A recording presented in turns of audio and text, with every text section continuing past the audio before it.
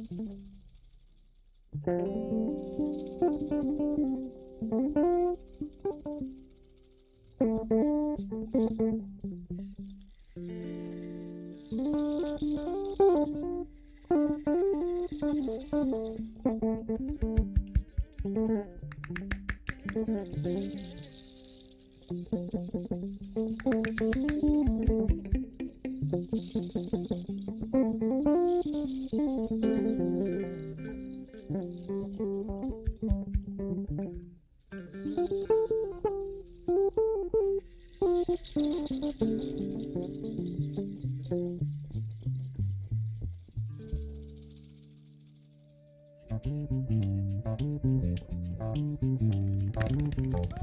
everybody. Hi there, morning. Welcome to everybody in the room and online. It's great to see so many people so enthusiastic about nuts. We certainly are up here. We've got a great session today that is taking the expertise of these three gents with me on stage and really applying it to what you want to know, the things I hope you want to know. So it's a practical session. Have a think about the questions you'd like to ask. We've got a decent chunk of Q&A time at the end. So I'll be taking questions from the room as well as online. My name is Kate Hughes. I'm a writer and journalist specialising in sustainability and climate change. But in my real life, I'm an Exmoor farmer. My husband and I are in the middle of converting what has been a conventional farm with 1,000 sheep into a regenerative organic system with, at the moment, 1,000 nut trees, in a minute 10,000 over an agroforestry system of about 150 acres. So if you see me up here madly writing notes, it's because I want to get as much out of this session as you guys do. I think we're all here because nuts potentially, well, we believe, represent a huge opportunity, but they also represent some challenges and some questions. So have a think about those questions that you have, and we'll get to them at the end of the session.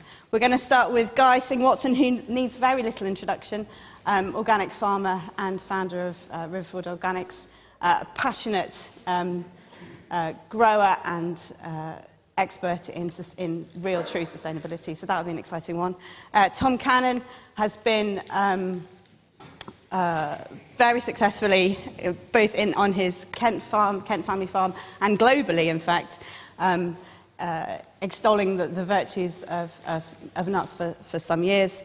Tom Tame also needs very little introduction, Warwickshire farmer whose expertise seems to know no bounds as far as I can tell. So I'll hand you over to Guy. Guy, I'm really hoping that you can tell me why nuts are the panacea that we're all looking for. I don't think I can actually tell anyone anything very much. I mean, I'm very new to this and quite low in the learning curve, and the more you find out, the more you realise you don't know.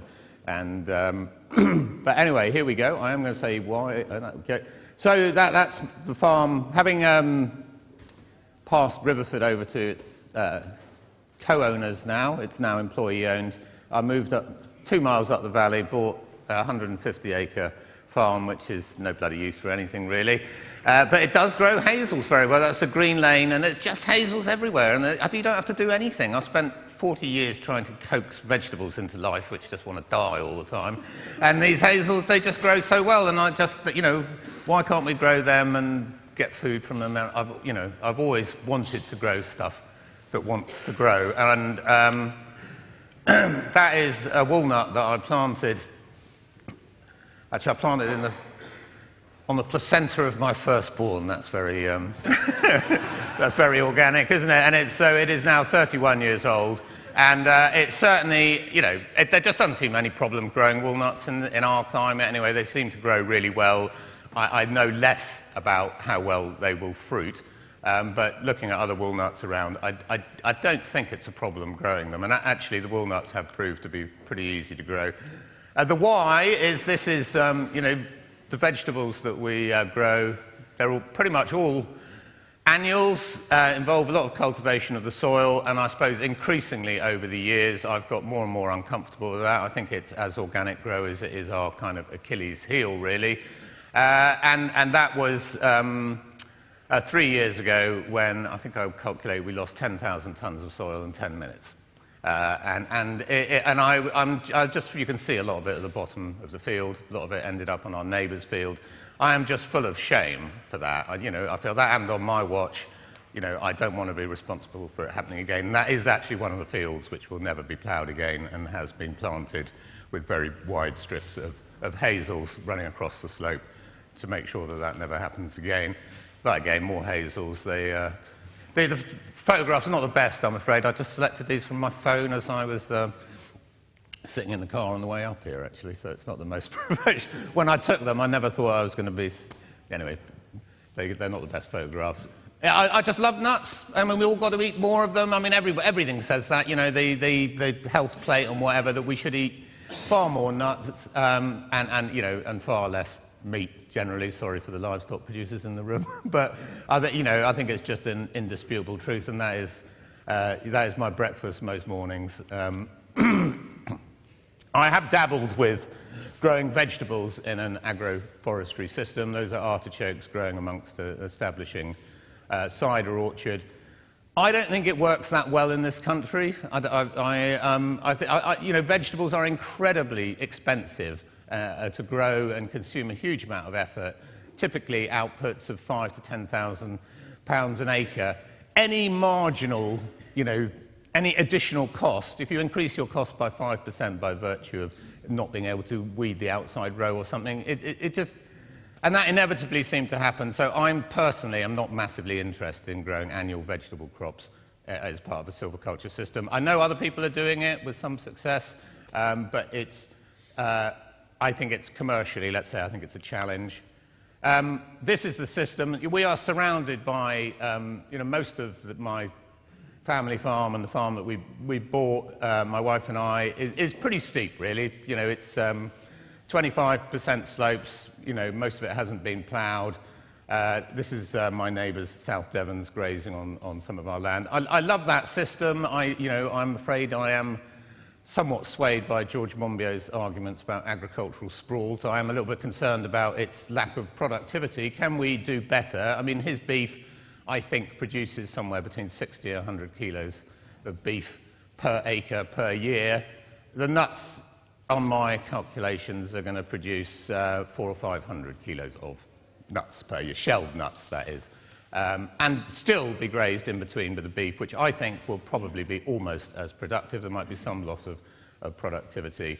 So I started dabbling so I wanted animals amongst them. How are we going to do that? How are we going to fence them?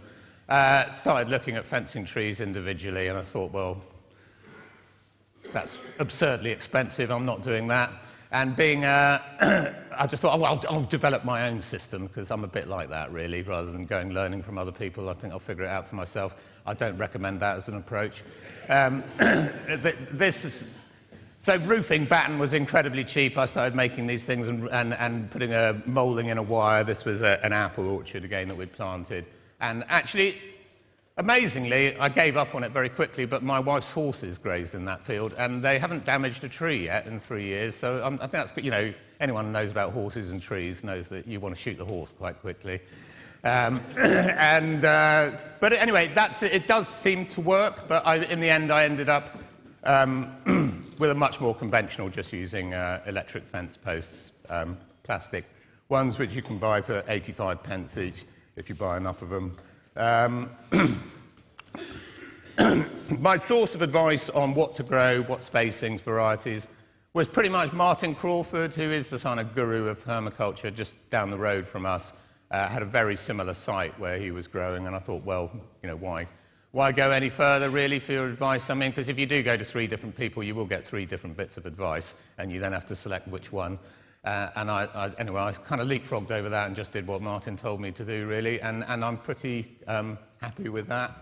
So we jumped in with both feet, and I think planted in the first year about 1,500 hazel and maybe 400 walnuts. And I thought, I'm going to show that this can be done anywhere. So I did pick the steepest field on the farm. It's a 30% slope, and that is that's a walnut. Yeah, Tom is. I definitely wouldn't recommend that first lesson, actually. No, not more than, well, I mean, I would say not more than a 25% slope that you can get on reasonably safely with a tractor, and probably those from the east of England would even think that was insane, probably. But this is the land that is being used to produce beef with George Monbiot's agricultural sprawl, and my aim was to prove that that it could actually be highly productive within this system. So I kind of went for the challenge, and I probably shouldn't have done. So we planted the trees. Actually, I went out there in September, a glorious September day, and dug some holes, and I thought this would be great. There seemed to be loads and loads of soil here. Actually, when we came to plant the trees, it turned out there wasn't nearly as much soil as I thought. I don't know, I think I must have been on something that day or something, because I convinced myself there was 18 inches of soil. There was about 6 inches on a lot of the field. But we planted the walnuts using a swing shovel to dig the holes, and then planting by hand into those holes. Put the turf back in the bottom of the hole upside down, planted the walnuts, and then mulched them, which I think is the next slide. I mulched them. We have lots of old Riverford vegetable boxes that come back that can't be reused. I just opened those up, put 2 or 3 down, and put we make compost on the farm, and then put some compost on top of them. Not a bad system. The trees seem to go away well. We did get very good weed suppression in the first year. Everything I hear now, talking to other people, is I think you probably are better with wood chip if you've got a good source of wood chip. I mean, I think all sorts of advantages with mycelium and so on. So if you've got wood chip, I think that's probably the best mulch you can use. Everything I wanted to mechanize it as far as possible. So again, we were using a little mini digger to load the gators, which are the only vehicle that could safely get on that slope to go and spread the compost around. And there's some figures at the end on roughly what this cost in terms of time and labour. And then fence them with 2 rows of electric fencing, one either side of the tree, and observing how animals grazed. I wanted them to be able to graze right into the base of the tree. We did put spiral guards on the bottom of most of the trees. And of the 400 walnuts, 398 are still alive today. So the system, I think, works really well. I have to say I haven't managed to convince anyone else. The other growers that Riverford are working with, no one else has adopted my line, and I know Harriet thinks that Harriet Bell, who has taken the project on and who's in the audience somewhere, thinks I'm completely mad as well. So make your own judgment. I like the system, no one else does. The key to making it work, not all cows are the same. I mean, if you have got some lovely mellow South Devons who just, moo and want to lick you, that's lovely. If you try and avoid, frisky Frisians who just seem to want to grab hold of that cardboard and pill it out and shake it around I have to say the difference between my brother's cows and my neighbours has been very different. They're much harder to contain and just seem to want to make trouble all the time, actually. There you go, nothing against Frisians. And just to, you can maybe be able to see a deer running away in the top corner there. I kind of purposefully, economically, you would have probably levelled the field and so on, and I wanted to retain as much of the diversity. I love this field. I go and sit there sometimes, and the diversity in the sward is absolutely incredible. There's loads of wildlife there. There are areas where there's bracken and brambles growing. Last time they came to assess us for the single farm payment, they docked us lots of areas because they didn't think they were no longer productive. In a wildlife sense, I think they're very productive. So I wanted to maintain as much of that as possible. Charlie Burrell from NEP came along and was appalled that all the trees were in straight lines. So it's kind of my bit of rewilding. We had a bit of an argument about it. You can see the hair there. That's some of the hazels. This, actually, on the previous field, I did plant, there were 16-metre rows. I think that's about right for this sort of system if you're growing walnuts. If you're on very good quality land, you're going higher productivity, you might want to go closer. And on the first field, I did 1 walnut, 2.6 metres a hazel, 2.6 metres a hazel, 2.6 metres another walnut. So there are 2 hazels between walnut. The basis being that I didn't know what the hell I was going to do. One of them was bound to fail, and then I would, but one of them might succeed. Again, I wouldn't recommend that as an approach. I think it's adding a level of complexity. I mean, yes, it is adding more diversity, which is lovely from a ecological point of view, but it's adding more complexity, and I think an unnecessary and unjustifiable level of complexity, so I wouldn't do that again. This field was just pure hazels. I think that was in the first year. They did take pretty well, and remarkably, the hares, I mean, a lot of the spiral guards came off or weren't put on properly or whatever, and I think we've had very little damage from the hares and rabbits. None from the deer, other than them rubbing their antlers on them in the spring. Which takes a few. So I don't know whether we've been lucky. I know you can suddenly, I'm told by people who grow trees, you can, think you've got it cracked, and you go out one day and they're all dead. They've just come, for some reason, they've all come along and barked them. 2 years on, the damage has been pretty minimal. And they did even produce a few walnuts, though most of them, they aborted them, as you would expect them to. It's going to be 8 years before we've got anything sensible, but Tom can tell us more about that. Belatedly, I went to northern Italy, the Piedmont, where they grow loads of hazelnuts. Anyone thinking about it, I really recommend a trip there. I met lots of lovely, welcoming growers who told me this was an organic farm that did actually have a mixture of hazelnuts and a few walnuts, and they seemed to grow pretty well together. Other than they did say that under the walnuts you got more lichen on the hazels. I don't know whether that was a problem or not. They're growing on a multi-stem systems, which they do in that part of the world because they get about 1 metre of snow every year, and that breaks a lot of branches, and then you don't lose the tree. I'll be interested to see what Tom says, but most people seem to agree if you didn't have snow in the winter, you're better off pruning them into a single stem, and that would make harvesting a lot simpler later on. I don't know whether that... We'll see, yeah. So, and again, this was in Piedmont, and quite shocking agricultural practice. Blimey, I've got to go on. Okay, 5 minutes left. They do plough the whole field, and they do suffer quite significant erosion. And I definitely didn't want to plough the field anyway. Biodiversity, loss of carbon, all those things. And that was, but I think our trees have established as well as theirs seem to have done. Very dry there. Just, what's going on in the rest of the world. This is how most intensive production of trees is going. This is actually an olive producer in Spain. It's organic, supposedly. I mean, super intensive, closely planted, mechanically harvested, no biodiversity in the field. That's the direction that most production is going on. And I think if you're trying to do it in an agroforestry system, you do need to recognise what you're up against, and think quite carefully about how you're going to compensate in some way for the additional costs you're going to have by going in the opposite direction to what is happening globally, these uber-intensive orchards. This is a little obsession with perennials again. We're working on a project to grow perennial kale to take our vegetable boxes through the Hungary gap. And I have a bit of a fantasy when we've multiplied it up enough of establishing kale between the trees instead of using the hazel system. And I think that would work very well. And were I want to do that, I'd then cultivate the whole strip. And my experience with planting trees is that you do get better establishment that way, and indeed in Italy they plough the whole field to at least 0.5 metre before planting their trees. I think trees do like that loose to establish into. I don't know whether they would share that experience. Even digging quite a big hole with a swing shovel, I don't think it is as good. So if you are crazy enough to go for the electric fencing, go large. You've got to get a 10,000 kilovolt hit coming out of that fencer with plenty of joules as well. Don't read what they tell you, and they don't believe. They'll say that this will do so many kilometres of fence. Don't buy a silly little one you want a great big solar panel, yeah, like that, and a car battery, and a massive fencer imported from Germany. In my case, I'm not sure it's illegal actually, but it's. And that way you don't have any...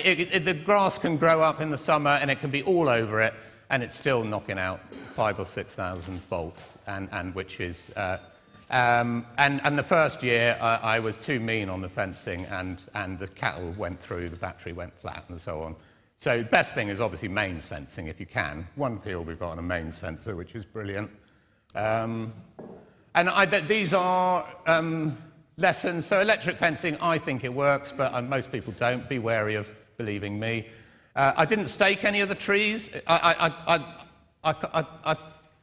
I don't know why people stake trees, really. I've never staked an apple tree or a walnut tree or anything, and they seem to be much happier without them. But again, many people will disagree with that. That's my experience. I've said better with wood chip for the mulching. They seem to be okay. It's early days on our pretty crappy soil, so marginal sites seems to be okay, but don't go don't go steeper than 25%, I would say. Though in Italy they were growing on steeper slopes than that. Irrigation, it's interesting. I wouldn't have dreamt of, when I started this project of irrigating trees. I thought that would be a big advantage. A lot of hazelnuts in particular are grown in pretty dry parts of the world, huge amounts from Turkey, where they are suffering lack of water. I thought at least in Devon we got rain, we don't have to worry about that. But I have to say, I think the trees would have certainly in the last year done much better if they had had drip irrigation. I think it is worth considering if you have the water, and I'm guessing in the east of England more so. And the extensive system, I'm pretty encouraged. Early days, only year 2 with the walnuts, and I think it would work well with chestnuts. Hazelnuts, I'm reaching the conclusion, are better grown in a more intensive system on a better site, and certainly less exposed sites. They have not done so well, particularly this summer, and I think that's about it. Those are the varieties that we grew. The hazels on 2.6 metres by 12 to 18 metres. That's much closer. 4 to 5 metres is the standard in Italy and most places, and the walnuts kind of 8 metres. 10 by 10 is about standard in France. But obviously the fencing, the cost is in, so you want to get as many into a metre and then have as wide a rows. That's why I've gone this way. And I think that those are what it must cost to plant. I'm guessing that this is available online, or I think, anyway, those are realistic costs and the fencing. The fencing, it worked out on the 8 metre wide walnuts. It did work out at about £5 a tree. I think if you're using a cactus guard, by the time you've put in the stakes, bought it, put in the stakes and so on, you're looking at 20, 25 quid probably. So I thought my system was 20 to 25% of the cost of that. If it fails and they eat the trees, it's not a good idea. But so far, I would encourage you to consider it anyway, and I think that's me done. Yep. Thank you.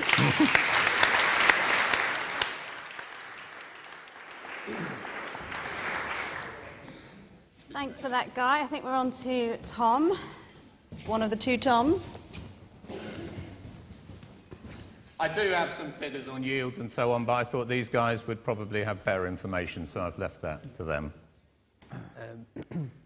Right, so I'm Tom Cannon, and I'm from Roughway Farm.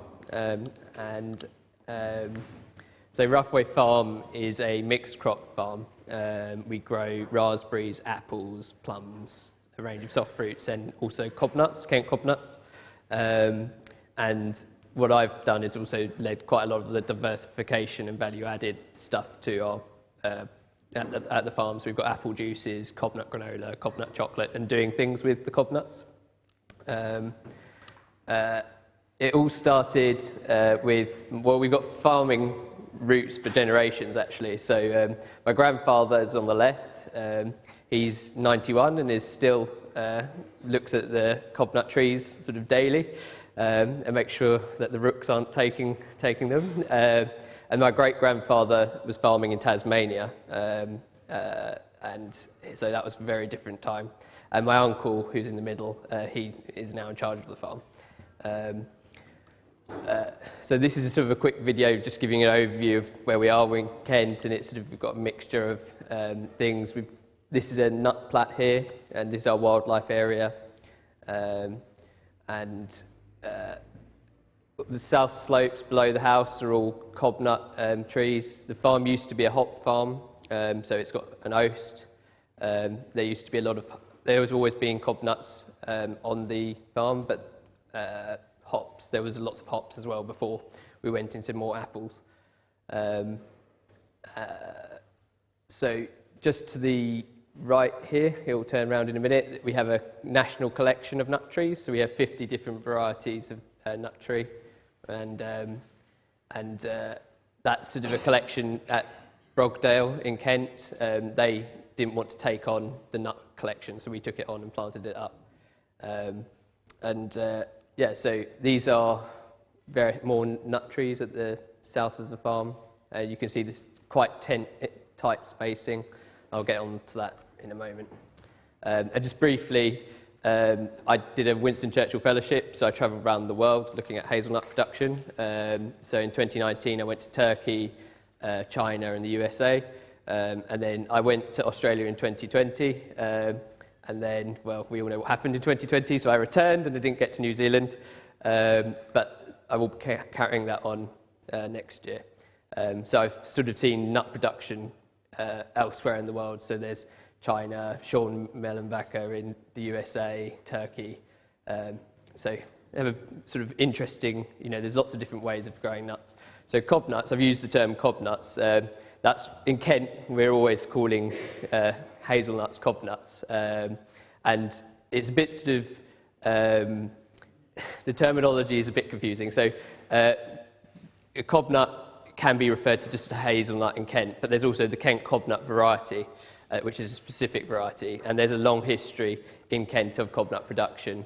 Natural England described cob nut plats as part of the rural mosaic of England, and they have significant wildlife interest, and they've been around for, there's plats which are over 100 years old in Kent. So yeah, I've gone across all of that. Yep. And so at the farm, we grow 3 main varieties. We have the Kent Gunslebut, Kent Cob, and the Ennis. And you can see the 3 main varieties that we grow. The Kent Cob is by far we've got thousands of Kent Cob trees. It's more oval in its shape, whereas the other 2 are more spherical. It's another angle. And the difference is, you see, it becomes more oval versus a wild hazel, which you may recognise, which is more spherical.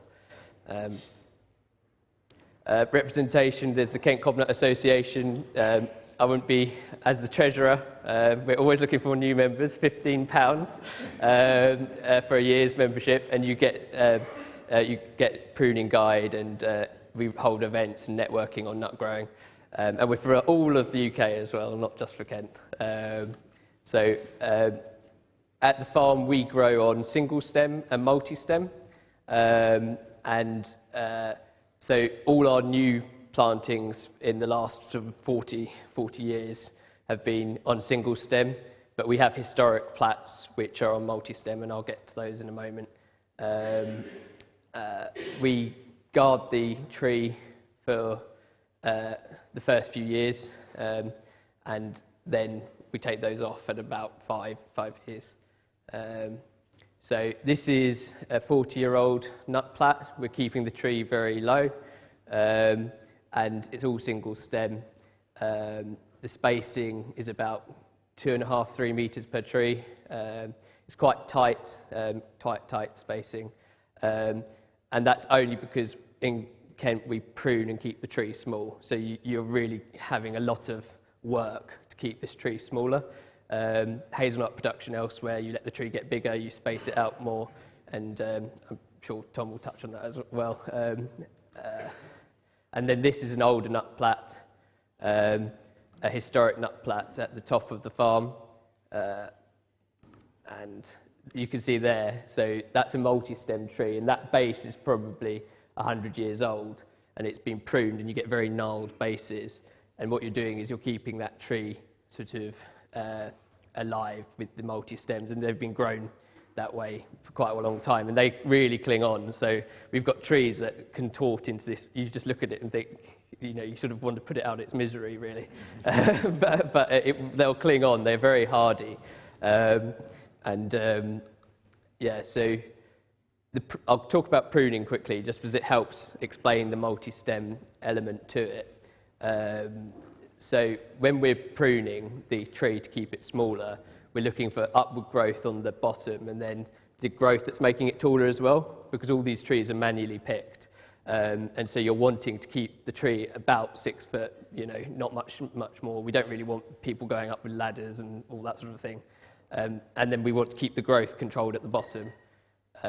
So pruning, we're taking off upward growth, and then you see where that's been pruned there, all the upward growth is gone, and then you're getting these gnarled sort of fists, and we're keeping the ball of light in the middle, and that's how we're managing the multi-stem tree to keep it small.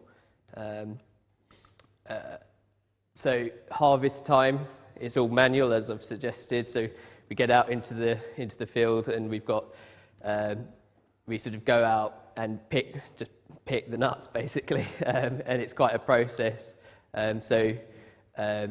It's quite labour intensive. We benefit from being a mixed crop farm in the sense that we have we have staff picking raspberries, we have staff picking plums, cherries, and then so when nut season comes along in late August, September, you're sort of in a situation where you actually have the labour to do manual picking, but the challenges of manual picking are you know, it's quite intensive, it's hard work, and you do need that labour force. We do benefit from having the other crops. Otherwise, you might want to look into more mechanical ways of harvesting. So that's that 40-year-old nut plat, and what we're tending to do is they're picking into a bucket. You can see on the right there, one of our workers is wearing a bucket over and he's putting the nuts in, and then they're emptying those into the things, and then they're going off on the Massey Ferguson's back to the cold store. In the top left, we've also got a stabber nut from the US and a roller blitz from Germany, and that's a way of just harvesting manually from the ground. And they're going into apple bins once they get back to the cold store. And so they're then going into cold storage, because all of Kent cob nuts and that process of eating and enjoying the nut is always a fresh nut. Yeah, we're putting them into cold storage because it's very milky, high moisture content nut, which obviously hazel's dried down, roasted, and put into chocolate. It's almost processed straight away.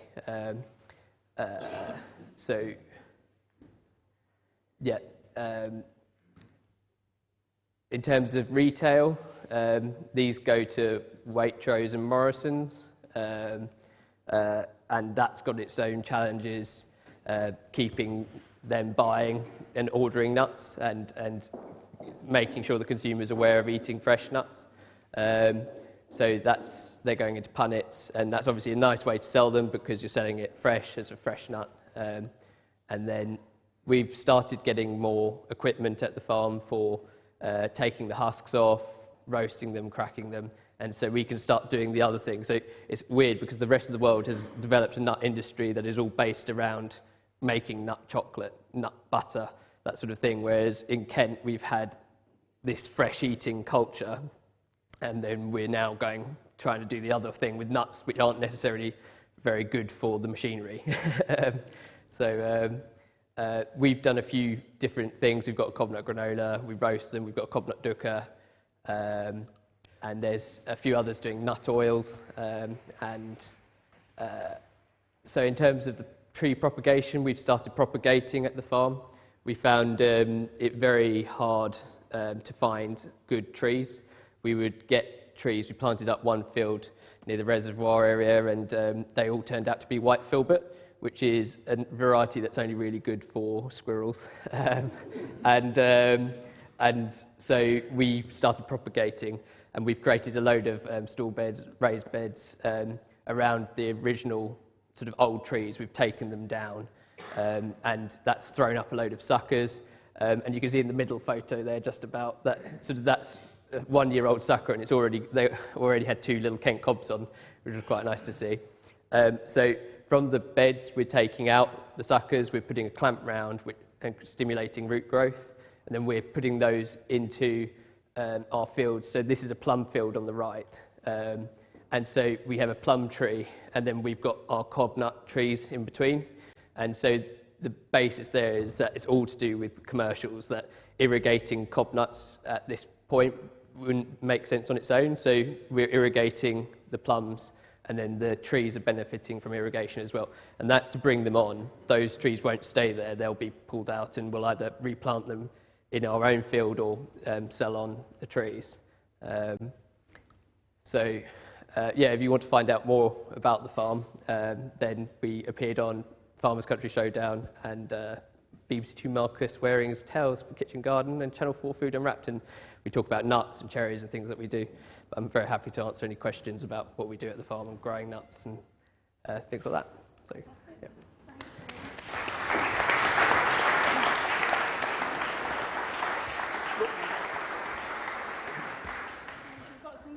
Coming in, mostly squirrel-based, which, what a surprise, and also some questions about the numbers, Tom. Yeah, I've got some. There we go.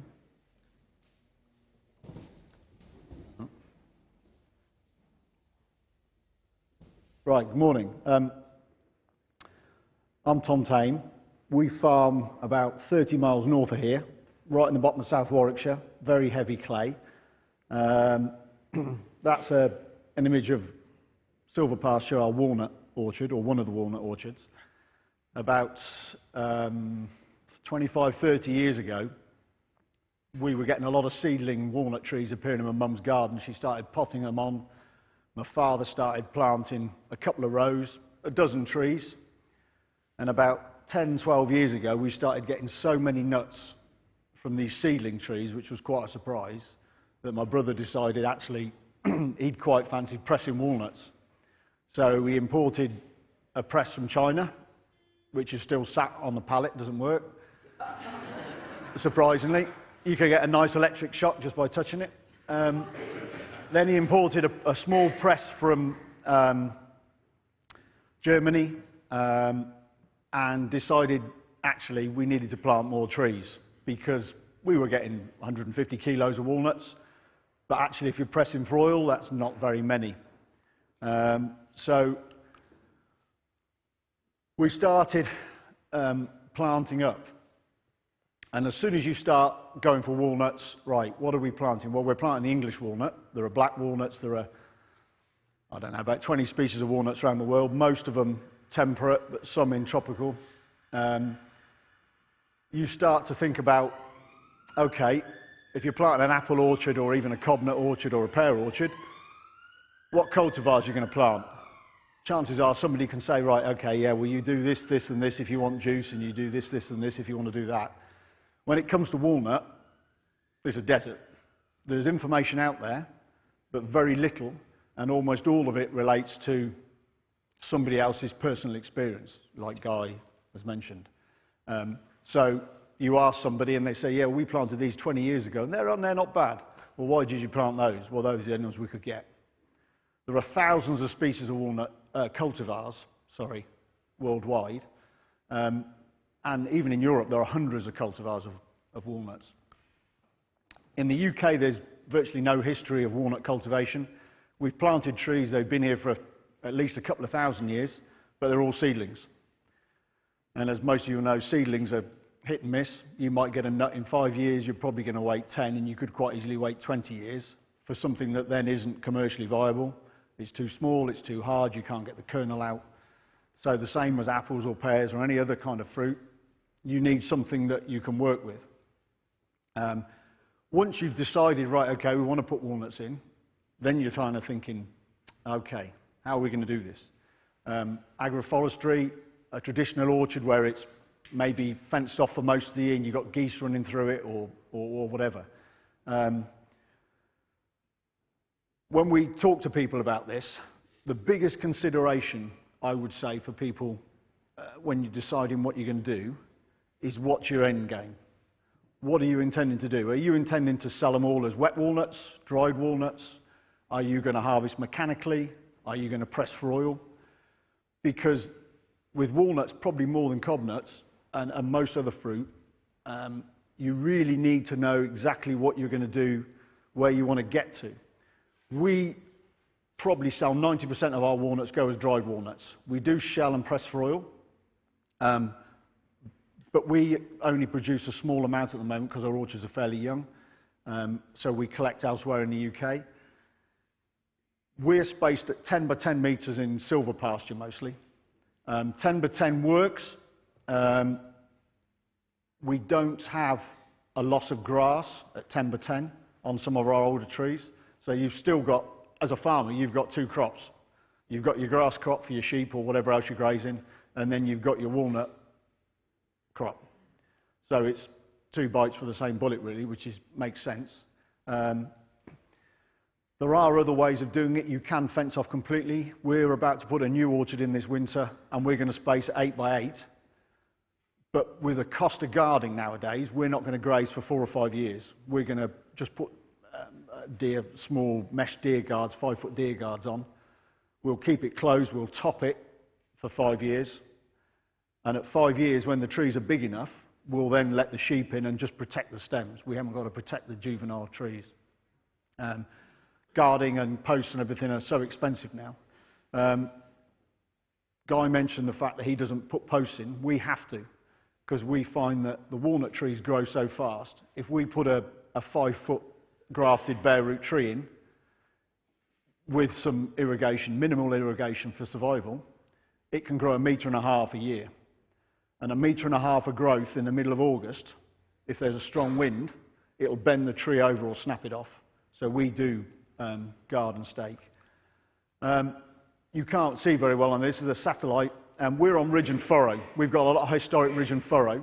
We plant on the ridges because you can't plant in the furrows because they're too wet. And we nice even rows, and that's purely because rows aren't the best visually, but when you come to harvest, anything else is an absolute nightmare. If you've got trees in and out like that, first of all, mechanisation is pretty much non-existent. And if you're picking walnuts off 6-metre trees by hand, you're in a world of pain. The idea is generally to shake the nuts off, or in the UK climate, actually a lot of the nuts will fall when they're ready. But even so, you still really need to shake to complete it. And then we use a mixed manual and harvesting method. But that tree spacing is quite critical. When you come to cultivars, Guy's got 3 or 4 on there. We've got about 60 different varieties, of which a dozen we've got commercially, the rest we're trialling. And to be honest, I could put another 500 varieties in and trial those as well. The cultivars can make a big difference to your final product. If you're going to sell dried in a shell, it doesn't really matter so much how well they crack because you're not cracking them. That's the customer's problem. And pretty much all cultivated walnuts will crack well anyway, not like your seedling ones where you need to take a hammer to them, or a black walnut. But there is a massive difference in size and shape. I mean, you can't see very well on there because it's quite small. But you go from everything that's a 25mm diameter up to some of the bigger ones, which can be 3 or 4 inches long. Generally, a walnut is maybe 35mm diameter and contains about 5 to 7 grams of kernel and up to about 80% oil. When we press for oil, we probably recover about 55%. So if we press a kilo of kernel, we'll get about half a litre of oil, give or take. As I said before, cultivars. If you put seedling trees in, you're really planting on a wing and a prayer, really. You're never going to get anything. Walnuts have both flowers, male and female. Most walnuts aren't self-fertile, so the male and female don't overlap. So in most walnut orchards, you're putting in pollinators. Quite a few of the cultivars are apomictic, so they'll set fruit without being fertilised, but only a percentage. Some of them may be a high percentage, but generally you'll put in maybe 5% pollinators. So if you put in 100 trees, maybe 5 to 7 you'd put in as pollinators. And most pollinators now are actually heavy cropping. Walnuts crop in 2 ways. The old-fashioned and a lot of seedlings will have got what they call tip bearers, so the walnuts will only appear on the ends of the branches.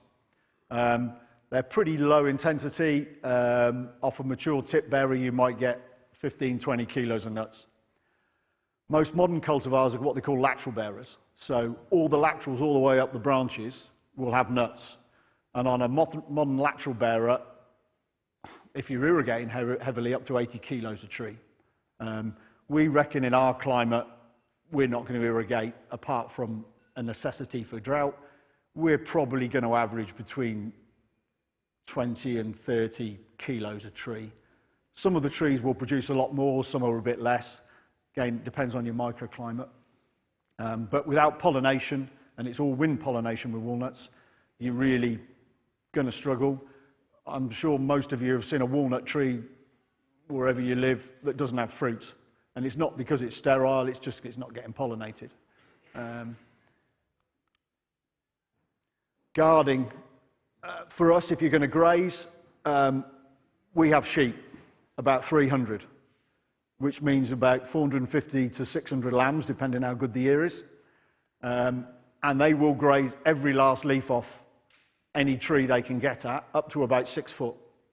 So we use weld mesh. We buy rolls of weld mesh guard, 50 mil spacing. We roll it in a metre length, put 2 posts in and put it round that. It's not cheap. And as I say, this new orchard, we're going away from that. At about 5 years, that starts to come down, and probably at about 8 years, all that guard will come off, and we'll just put a plastic mesh to protect the bark. Walnut bark is really soft, and any kind of grazer is going to chew at it at some point, or rub against it, and it's delicate. Even on old trees, it's delicate. If you've got road ear and you've got velvet rub, they'll destroy a tree in about 10 minutes. And if it's 10 years worth of growth, that's really depressing. So we graze, and we also irrigate. I don't know if I've got that on there. We just use a normal low pressure off a cattle trough. We run a low polypropylene pipe, and we do either drip or little soakers, and it is purely for establishment. If you don't establish those trees correctly in the first 5 years, they're probably shot for the rest of their life. If they get stunted, the roots are stunted, the systems aren't good, that tree is never going to produce a good crop. So for us, we irrigate maybe only 2 or 3 litres for a little tree every week.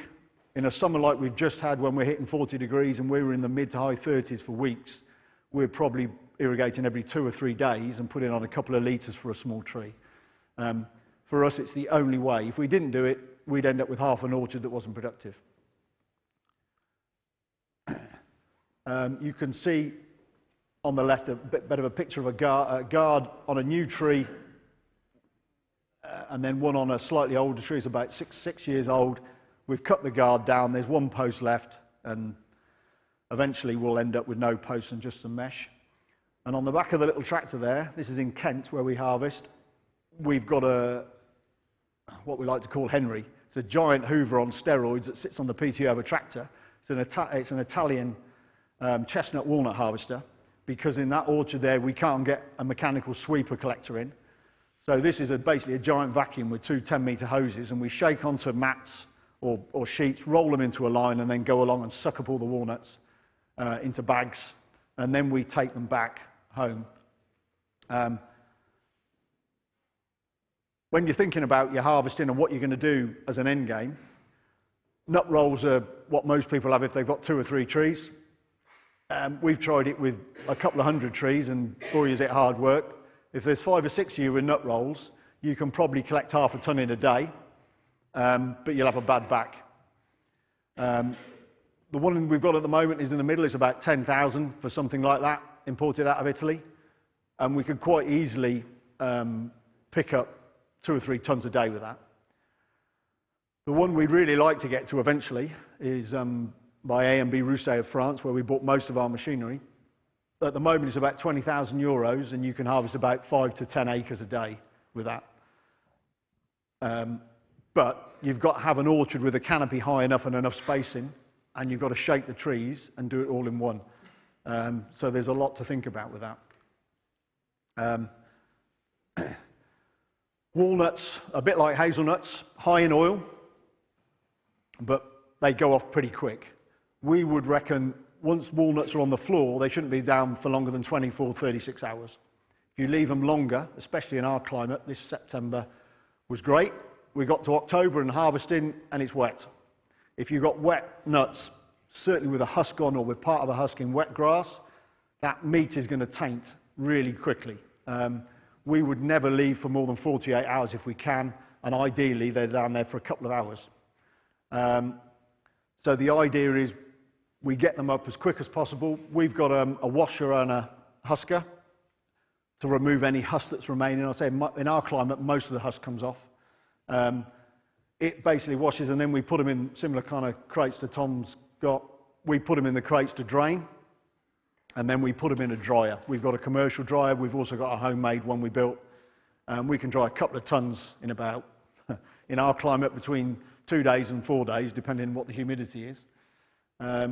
Without washing, there's no way on earth you can crack and shell and use the kernels, because you're going to get dirt and contamination.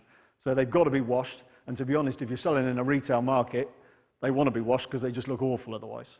Once they're washed, they look really good. We dry. We've got a commercial one in the middle, which about 3 meters tall, 2 to 3 meters square, runs on propane. It's not cheap, but if you're drying 2 tons in 2 or 3 days, the margins are still pretty good. And we've got a box dryer we built originally that can handle a couple of 100 kilos. And then we've got a cracking and shelling line. We generally only crack and shell to press for nut. We do sell some kernel, but we're not really interested. It's too labour intensive, really. And although it does most of the work, it's just adding cost in, electricity and everything else. Walnut oil is the only real reason that we crack. You can't see, it's a bit small. Benefits and costing, I can't even see it from there. We reckon 20 to 40 kilos a tree at 15 years-ish in the right climate, if they're irrigated to start with and given a good start. Whole nuts in the shell, anywhere between 10 and 20 pound a kilo.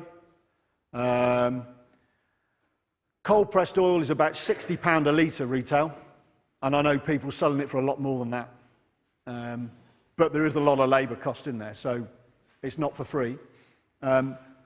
We sell a couple of tons in half-kilo bags out off the farm in a year without even trying, just passing trade. We reckon the market is enormous. We could sell 40 tons within 50 miles of us just with a bit of advertising. Everyone wants fresh walnuts, and once they've eaten the rubbish in the supermarkets and they come and eat a proper walnut grown in the UK that's been looked after, it's just a game changer. We try and retail everything direct to the customer. We don't want to get involved with supermarkets and stuff like that, partly because we're small, we sell everything we've got, and actually it's much better to sell everything locally. If we can sell everything locally, it's great. We sell our oils locally, we do rapeseed oil locally, it just works. Warmer climate going forward is only going to help us. The big danger for walnuts is late spring frost. I don't think that's going to change, but certainly a warmer summer should help with a proviso that it may mean a little bit more irrigation. Bare root grafted trees, probably 20 to 22 pound a piece now if you're buying a couple of hundred for 5, 6 foot trees. Guarding, we reckon, really basic protection with a stake and a tie and a guard and stuff is probably going to cost you £6, £7 a place. If you're going to put a weld mesh around, you're probably looking at £12, £14 a place, which starts to get quite expensive, and electric fencing might be more attractive for that. We irrigate off a livestock trough, as I say. It costs us about £2.50 a tree to put it in. It will last for 10 or 15 years, and then we'll just take it out. We very rarely feed. They get a handful of a balanced compound fertiliser, spring and autumn. It's got trace elements like sodium and boron and stuff, but it's probably not necessary. It's more a sop to us to make us feel better, I think. The only other thing that you really need to think about is maintenance.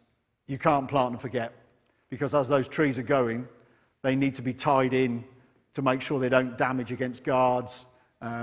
And then as they get older, you just want to be looking after them all the time, just taking out any crossing branches so that you're ending up with a reasonable shape for nut production. Nuts won't grow if there's no sunlight, so you want a nice spread, diverse canopy with lighting it. We also do pecans and various other things. We don't know whether the pecans will fruit with us because they're fruiting in the UK already. For us, they're a little bit early. We've got quite a few heart nuts, black walnuts, and red kerneled walnuts as well. Just something else, different market. Red kerneled walnuts in the States demand 3 times the price. A lot of American growers are going into red walnuts now. It's only the skin that's red. Once you break the kernel open, it's normal. But there's a big market for different nuts, pecans and hickories and all these kind of things. Commercially, it's probably not viable, but as an add-on to an existing orchard, it's probably quite interesting. That's it.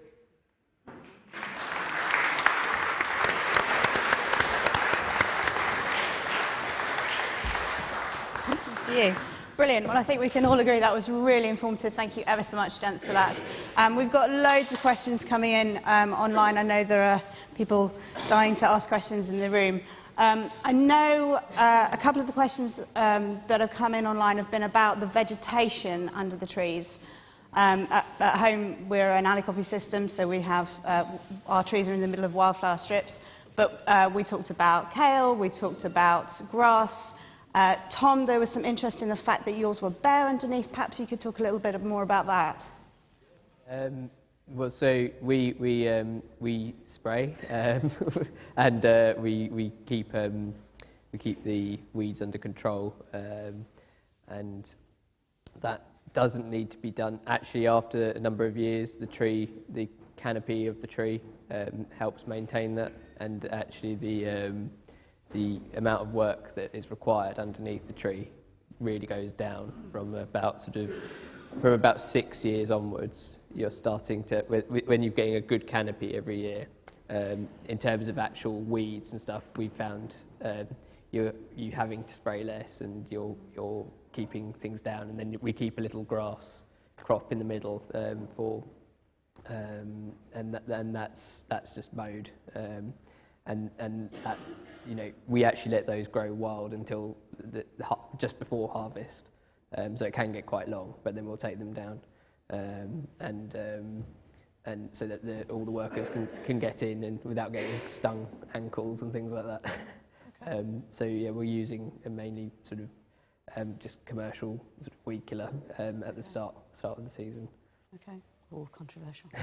I think you need to think about how you're going to harvest. That determines really how you're going to manage. In Italy, it's scorched earth. Even the organic producers, there was really very little vegetation. They actually put sheep in the winter, the organic producer I saw, and took it right down, but there was very little understory there, and that's to enable them to harvest mechanically, to sweep with the sort of machine that Tom showed, where everyone, a few people blow into lines and then sweep, but everyone's, no one's picking them up by hand, that's for sure.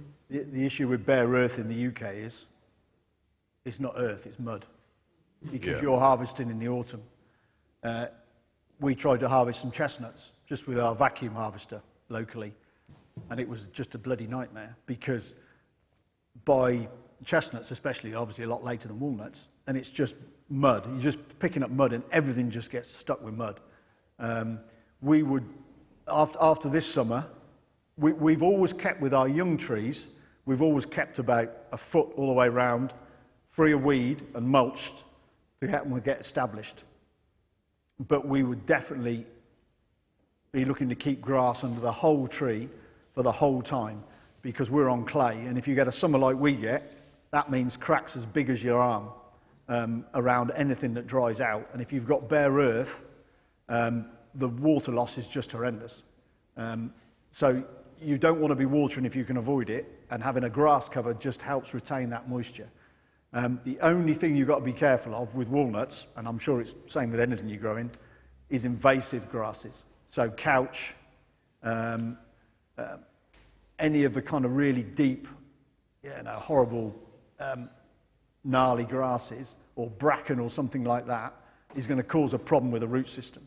But a surface annual grass, or even, clover is obviously great, stuff like that as a surface grass, is not going to really affect the tree once it's 5 or 6 years in, because its roots are going to be down. I think grass cover is definitely the way to go. If you can mulch, even better. It's difficult to mulch with animals, especially with sheep, because they like to walk round and around the garden, especially the lambs. So you put, 5 or 6 shovelfuls around a tree, and the lambs will walk round and around it, and 3 hours later there's nothing left. So it's a bit of a non-starter, really. Okay. Brilliant. Okay, so the other theme that's coming through, particularly online, apologies, I will come to the room, is about collaborating, routes to market, collaborating on equipment costs, that kind of thing. Would anybody like to comment on the opportunities there or the we harvest in an orchard in Kent and one in Dorset, and we've got a few other people who've asked us if we'd harvest for them.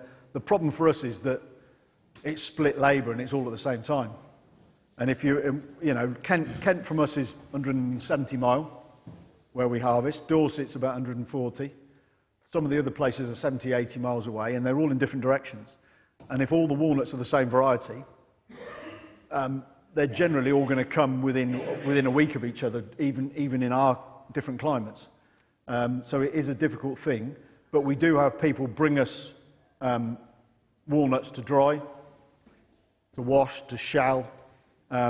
Again, the drying issue is the biggest stumbling block, because they need to be dried pretty immediately. So if somebody wants to bring their walnuts to dry for us, first of all they've got to have washed them and cleaned them, or they've got to bring them almost immediately off the field, so we can wash them and clean them and then dry them. And if you've got batches of 100 kilos here and 50 kilos there and 20 kilos there, the difficulty then, unless we're buying those nuts off that producer, which is a possibility, if they want their nuts back, it's separate, keeping them all separate in the big dryer. So there are implications for sharing. For us going forward, at the moment, it's easier for us to say to somebody, right, you've got 400 kilos of walnuts, you get them, we'll give you a price for them if you bring them to us straight off the tree. Sharing machinery is quite difficult because we're so dispersed. I mean, we know of orchards in Hereford and Kent and Dorset and Devon and Essex, and nobody's got machinery. Everyone's kind of doing it with a bit of Apple machinery or by hand. So pooling machinery kind of only works locally, I think, within maybe 15, 20 miles. Okay. I was quite relieved going to Italy to find that the scale of production, that you could have a mechanised system that seemed to stack up on 10 hectares. That was typically the sort of size that a lot of producers, and they had their own harvesting, drying, cracking, processing machinery, and most of them were selling direct because they all used to sell to Ferrero Rocher, but they've now found their own markets. And so I found that quite encouraging. From 25 years of setting up a cooperative of vegetable producers, I think if you can't get 20 miles, if you can't get there in an hour on a tractor, it ain't going to work. So I would support Tom on it. It's got to be reasonably local. Fantastic. Okay. Ladies and gents, who'd like to ask a question? God, that was rapid. Chloe, can we help with the mic over here? Would you like to stand up? Fine. Hiya. So you said that the weather getting warmer and drier actually isn't a bad thing for the trees. So do you think it's something that could be grown more in this country? Is it a growing area because of the weather changing? It's helping. I mean, walnuts grow all the way up to the Arctic Circle. I know of people growing walnuts in Scotland quite happily. They grow in Denmark, Norway, northern Russia, Canada. The difference is between growing and growing them commercially, I think. Walnut, you can quite happily plant trees, but the further north you are, the less of a crop you're going to get regular. We're on the cusp of probably what works commercially. Most of the walnuts around the world are probably grown a little bit further south, southern France, places like that, but they're irrigating. Turkey irrigates heavily, Chile, America, they all irrigate massively. We won't need to do that, but we probably won't get the level of crop that they've got. But a lot of the best walnut cultivars in the world at the moment in terms of cropping are probably prefer a warmer climate. Chandler, one variety, reportedly prefers to be about 25 degrees average summer. We hit 24.8 last summer, night and day temperature average over about a 2-month period. So we're kind of getting into the territory that these heavier cropping trees should work better for us. Excellent. Thanks very much. I'll take one from the back, the gentleman in the very cool shirt. Is it working? Yeah. Interesting talk, thank you. I wanted to know a little bit more for organic production. I don't see it's a big problem with weed control and also the fertilizer, but what about diseases? I know that, for example, in almonds, they use a lot of copper, the organic people. Is there an issue with diseases once they're getting bigger for almonds? No, with walnuts, walnuts are susceptible to blight and anthracnose, and it's generally thought that the wetter the spring, the worse it can be. Most modern cultivars are fairly resistant. Some are more susceptible than others, but most modern ones are pretty resistant that we grow in our climate. A lot of the American ones and stuff, they'd spray heavily with copper fungicide, but you get a copper buildup in the soil, which has all its other effects. We found this year we're on clay, but it's one side of the field is very low pH, very sharp drainage, and we had a little bit of blight on some of the trees that we wouldn't have expected. And there was a survey in France, a scientific study in France that showed that where there was a very low pH and very sharp drainage, blight seemed to be more of an issue. And we had a very dry year. So generally, we would say disease in walnuts is minimal. On a bad year in our orchard, we'd probably lose 1 or 2%, if that. We have seen it in other orchards where there's no airflow, that it's worse. So it's another thing to bear in mind. If you crowd the trees together and then have big hedges and shelter belts around them and there's no airflow and it's low-lying, and then there is more of a risk. But I would say with the right cultivar selection, it's a managed risk. I was told in France, where you obliged in a very French way to plant them 10 metres by 10 metres, and if you go any closer, you can't sell them under that denomination. But it was very much related, the blight risk, to the density, and if you went wider than 10 by 10, you probably wouldn't have too much problem, which is why I've gone for 16-metre rows. This thing of just shoving it in closer and closer and getting more and more intensive, which the nut and top fruit production seems to have done, I kind of feel philosophically it's going in the wrong direction, and in our case we're on quite poor quality land, so the pressure to get the production per acre isn't there, so hence a wider spacing. The hazels, I don't really have any concern about the walnuts. The hazels I'm a bit more worried about. I think they probably do need to be grown more in the way that Tom's grown, and they, I don't know whether we had this green caterpillar, which I've never seen, just came and defoliated them this summer. I don't know, you probably know what that is. I've never seen it before. I'm hoping that I won't see too many of them again, but yeah. Insects are a real issue with hazels and cobs at establishment. Big bud is quite bad, and there's a range of other things out there. So powdery mildew is moving across Europe, a specific one that's very bad for hazels. So it's not here yet, but there's also the stink bug, brown marmorated stink bug. That's impacts yield. So you do have to, the insect world loves hazels. The guys in Italy who had the stink bug and they were using the yellow traps seem to be pretty effective. Yeah, they're good. There's not much in Kent, and so I imagine as we'll probably get it first, and then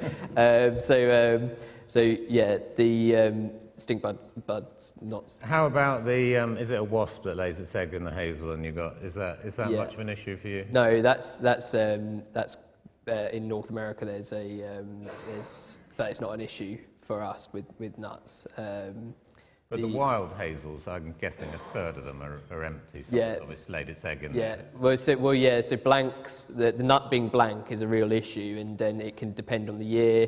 This year, I think going back on the discussion about heat, I think we could have benefited with probably an irrigation line on the cob nuts this year, just to help fatten them up a bit, because we only irrigate the young trees to bring them on. The old trees are, established, and so and that can in fact impact blanks, I think, and the wind pollination. There's in China, I went to a study that's using a pine essence as a natural way of trying to keep they spraying pine essence onto the nut trees. Okay. And that's, I mean, there was a few issues with translation, but I believe it was working quite well, and so that's possible more sort of organic. Have you guys come across some good sources of information? Obviously, that's a whole world to start investigating. Are there any resources that you could recommend on disease and pest control, perhaps? OSU, so Oregon State University, they've got a wealth of information. Okay. Not all of it's relevant, but so a lot of it will focus on Eastern filbert blight, which is a terrible disease that if it came over to Europe, then like the whole industry would need to change. Because EFB would destroy all the trees, so it's very important that that's controlled. And that's been their main focus. So in the US, they've developed whole new varieties of hazelnut because EFB has killed all of the old varieties from Europe. So if EFB came here, the Kent cob would go, Gunslibet, all the Italian varieties. So it's definitely something to keep out because you then have to. You're basically in a battle against time, trying to keep the tree alive. And while the yield keeps wanting to go down as the blight's going through the tree. So it's very bad, but we don't have it. Oh, God. Talking of bad, is it appropriate to talk about squirrels? I'm hoping for a small army of pine martens to turn up any day now. That's not going to happen with us, unfortunately. we have to control 24/7, 365 days a year. Mm-hmm. And we're kind of hoping that the contraceptive development, which seems to be there, but they haven't got the trapping sorted, so they're selective just for grey squirrels.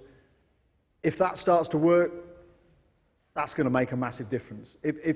I'll give you an idea, if you've got a row of 25 walnuts, and I'm sure it's the same with cob nuts, down a line, down a hedge, you could lose all the nuts off that in 3 or 4 days without even trying. Oh, God. Because there's always way more than you think. They're territorial, so you get rid of 30 and there's another 30 move in 3 weeks later. So it's for us, it's a constant churn where we've got quite a lot of woodland around us and we're planting new woodland, and what I'm doing is putting in a lot of hazel and cobnut into that woodland as well, on the probably forlorn hope that they'll concentrate on the nuts in there and then leave the commercial orchard alone. But we're actually putting commercial varieties, heavy cropping varieties, into that woodland in the hope that some of those will be distracted and we won't see. But if you don't trap or shoot, you've got no chance of getting a decent crop. If you've got grey squirrels. If you've got red squirrels and no grey squirrels, great, you'd be all right. Fantastic. The wider you plant, the less trouble you're going to have as well. Squirrels don't like open spaces. I'm not saying we're going to have no trouble, but I think... Ours seem to like to run across the middle of the field. Right, okay. They're just... Yeah, I heard the jury. I think once they get the bug, the problem is they're like sheep with grazing. 98% of the sheep will ignore the tree that's hanging down, and one will do it. If you get one squirrel that goes, all its mates follow. It makes them easier to shoot, but it's not everyone's cup of tea. But if you don't control them, it's kind of pointless growing the trees in the first place, I'm afraid. So we'll come to you for recipes on squirrel. No, No? it's not worth the trouble. That- Tastes like chicken anyway. That point on planning the orchards is important because we've got old orchards and the ones which have woodland surrounds, the rows of cobnut and hazel closest to the wood, they're sort of basically empty.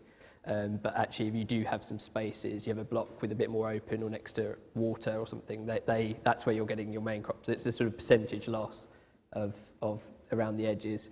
But, you know, it is around the edges. You'll go in a few rows and then you'll start seeing more and more nuts later on into the year. Okay. And this year, everything was so abundant, the problem wasn't as bad. I think because there was lots of acorns, there was lots of other things. You know, we were still finding nuts on trees in November. Or around them, and you know, so they've fallen off. But you know, the squirrels hadn't. They had plenty this year.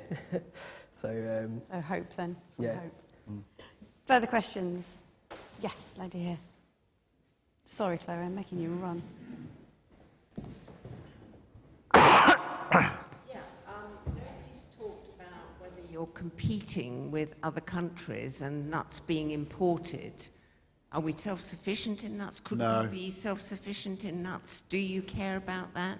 And the other thing is you haven't talked about labour. You're talking about manual labour, and it's not a problem? Thank you. Like all of farming, we don't tend to include our own labour in it if we're doing it ourselves.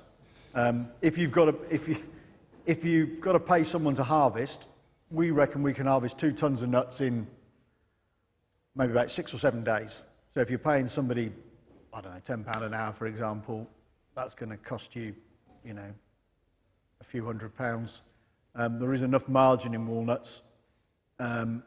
If you're selling them at £10 a kilo, you're probably going to make between £3 and £5 a kilo, depending how you dried them, how efficient you were, how dry the year is, everything else.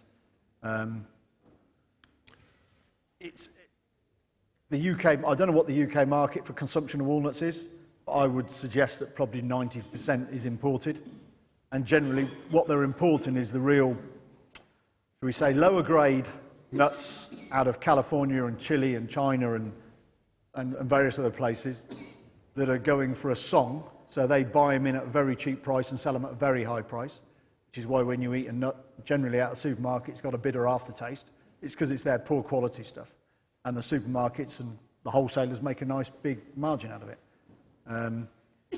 It would be great to think we're self-sufficient, but I'm not sure we ever will be. I really hope that you can continue to sell them for 10 to 20 pounds a kilo in the shell, but the reality from visiting, if we do start competing... We sell at 10. Okay, if we do, which is about what they sell them in the markets, organic, in France. However, visiting someone who wasn't really didn't have probably savvy with selling them, you know, it's like 2, 3, 4 euros a kilo. That's what the sort of wholesale price for them is. So I think, you know, which did kind of knock a bit of a hole in my calculations when I found that out. And yeah, no, you know, I mean, selling direct costs money, you know, so I think probably one should be budgeting on a much lower price, actually. And, you know, I hope lots of people do plant nuts and that we do all, you know, end up, you know, competing. But I think in that situation, yeah, I mean, maybe £3 or £4 a kilo in the shell is a realistic price, ex-farm. Yeah. Which means to me it's got to be mechanised. I mean, everything... and the harvesting, I mean, I'm planning, doing the research that I can do, I completely agree with what Tom said, that if you drop them on the ground, you know, in our climate, in Italy, even the dew is considered to be damp enough to stop harvest, you know, so harvesting in Devon in October, it just ain't going to happen. So it's got to be a shake and catch method, I think. There is machinery out there, but it is expensive, and to harvest, unfortunately, on our sorts of slopes, it's going to be about 100 grand for your harvester. Yeah. Like in terms of hazelnuts and cobnuts, the prices really range. So obviously, as Tom said, the direct selling of them is good. You're getting a similar £10 a kilo. You can get high amounts, and that's in husk. So obviously, as a fresh nut, the supermarkets, you're not, that they might sell in that region, but you're looking at maybe £4, £3, and there's a lot of constant pressure in that point for supplying supermarkets. And obviously, with fresh nuts, there's the cold storage element, and you're talking right now a change from 15p a kilowatt to sort of 45p a kilowatt, which is significant in keeping all products, including the nuts, cool and fresh, and that storage. And then in terms of labour, I mean, labour's okay, as I said, because we have other crops, and so the nuts come in sort of stages, and it gets very busy around that time of year. You start getting apples and things like that. So the labour force is there for other crops.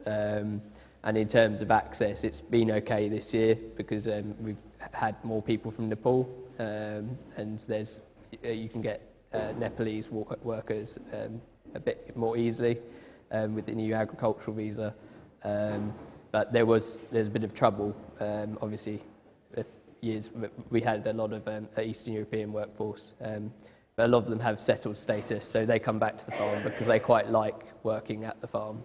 We have quite a good community there, so we've got a lot of settled status workers coming back, as well as Nepalese workers and some locals. So. Fantastic. I think we've probably got time for 2 more quick questions. Yes, gentleman here. Thanks. It's a question on pruning, probably for Tom Cannon over there. It's really on the cob nuts, getting the single stem, the newer way of pruning them, the process of doing that, and how high you could start the branching. Yeah.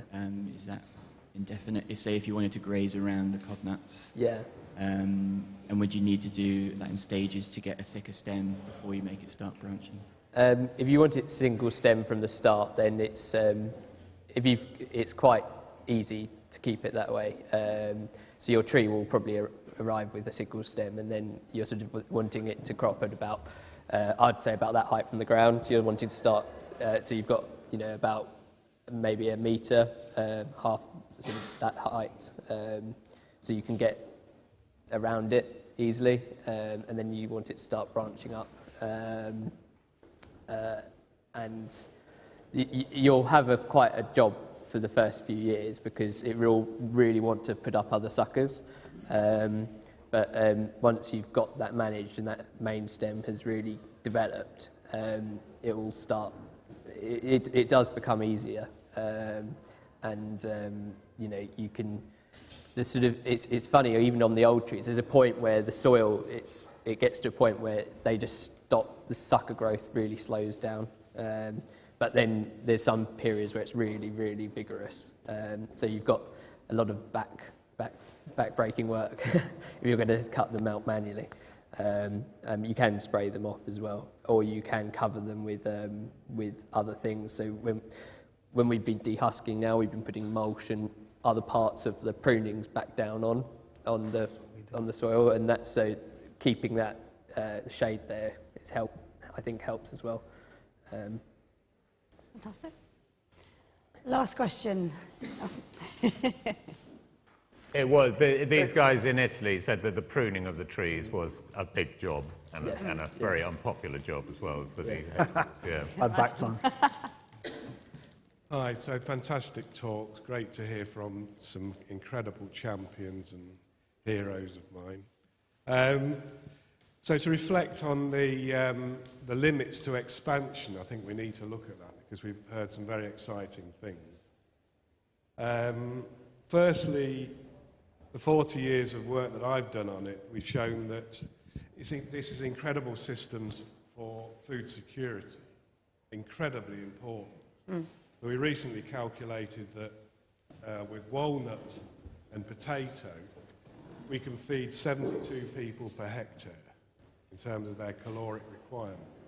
And there are no other systems around that will compete with that. You look at bread and arable crops, nowhere near.